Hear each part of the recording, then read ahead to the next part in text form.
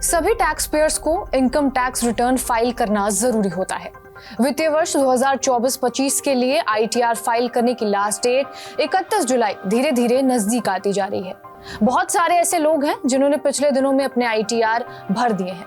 कुछ लोग आने वाले दिनों में भरने की प्लानिंग कर रहे हैं। कुछ लोग तो अब रिफंड का इंतजार करने लगे हैं। हालांकि आईटीआर फाइलिंग के बावजूद भी रिफंड हर किसी को नहीं मिल पाता। आइए जानते हैं किन किन लोगों को आईटीआर फाइलिंग के बाद भी रिफंड नहीं मिलता है।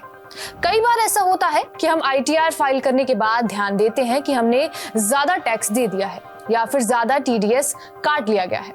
ऐसे में आईटीआर फाइल करते वक्त आप एक्स्ट्रा कटे हुए टैक्स का रिफंड क्लेम कर सकते हैं।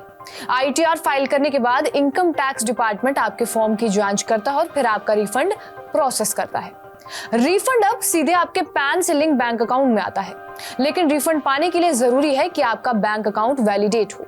इनकम टैक्स डिपार्टमेंट के अनुसार टैक्स पेयर को अपना बैंक अकाउंट ई फाइलिंग पोर्टल पर जोड़ना होगा या फिर अपने मौजूदा बैंक अकाउंट की जानकारी अपडेट करनी होगी और उसे वेरीफाई करवाना होगा। इनकम टैक्स विभाग के मुताबिक आईटीआर से रिफंड पाने के लिए कुछ लिमिट्स हैं। अगर आपका टैक्स क्लेम उस लिमिट से कम होता है तो ऐसे में रिफंड नहीं मिल पाता है। जैसे इनकम टैक्स विभाग के हिसाब से अगर आपको रिफंड का पैसा बनता है तो आईटीआर प्रोसेस होने के कुछ हफ्ते बाद आपके खाते में सीधा ट्रांसफर कर दिया जाता है। लेकिन रिफंड की राशि अगर 100 रुपए से कम है तो वो आपके खाते में जमा नहीं होती है। लेकिन ऐसा नहीं है कि ये राशि आपको कभी नहीं मिलती। 100 रुपए तक का अमाउंट शुरू में सरकारी खाते में रहता है और अगली बार जो रिफंड आएगा उसमें 100 रुपए या उससे कम की रकम को एडजस्ट कर दिया जाएगा। इसलिए अगले वित्तीय वर्ष में रिफंड का पेंडिंग पैसा इस 100 रुपए के साथ जुड़कर आपके खाते में जमा हो जाएगा। लेकिन दोनों पैसा जुड़कर तभी मिलेगा जब रकम 100 रुपए से ज्यादा की होगी। एक सरकारी प्रेस नोट की माने तो 100 रुपए से कम का रिफंड खाते में जमा करने का नियम लागू नहीं होता, बल्कि भविष्य के इनकम टैक्स रिफंड में से एडजस्ट किया जाता है।